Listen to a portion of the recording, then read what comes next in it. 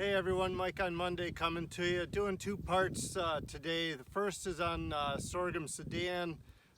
We've got one of our growers that have gotten their first cut laying on the ground, and one of the techniques that we are trying is cutting this on a diagonal, because one of the issues that you get into when you're dealing with grasses, the merger doesn't really always handle it well. It might ball up and roll in front of the merger. So here is an idea and an attempt to see if we could create a different pattern that would allow the merger to work a little bit better. So you still cut your headlands as you normally do, but then we put the rest of the field at a diagonal. And the growers out there merging right now, we couldn't get a shot of it, but everything that we saw as he's going looks as though it's flowing quite well. So consider this as a technique if you've got some sorghum that you're working on, that consider going at a diagonal to try and create a different pattern to get that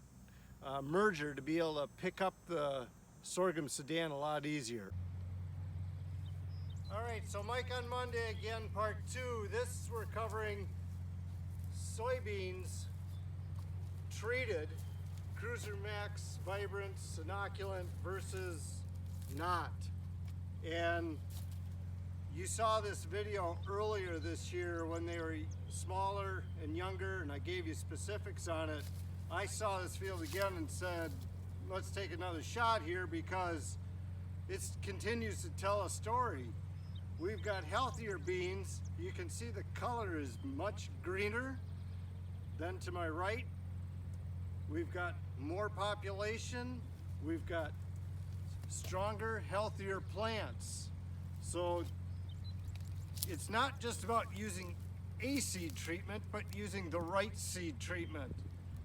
This is proving out that high quality seed treatments pay. You're getting more bang for your buck in these treatments here, such as a Cruiser Max Vibrance material. Healthy, strong, great color. The other part of the equation that you're wrestling with now is our new best or worst enemy when it comes to soybeans, tall water hemp. And you'll find this anywhere from this size and beyond to maybe it's just a little guy getting started. Remember, this guy grows inches quickly, and before you know it, it's a ginormous plant that is extremely difficult to kill. As you look close, lots of buds. Everywhere there is a crotch in this plant, a leaf axis, is where more buds can come out. And you look at that tiny guy right there, it's another bud here in between the buds. That's what makes this guy difficult. It regenerates itself very quickly.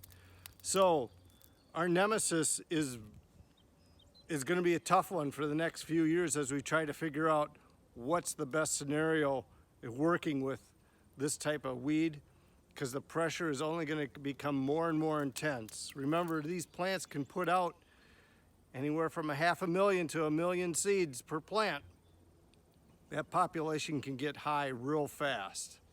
But this will be a challenge. You're going to see it start popping through a lot of your soybeans basically this week and for the next couple of weeks. And we're at that point of there isn't a whole lot we can do about it at this point, because we're extremely limited on chemistry, on their labels, and bottom line, what actually is going to work to do something about it. But with that, enjoy the weather. Be safe out there. Hope the wheat harvest is going well for all. Talk to you soon.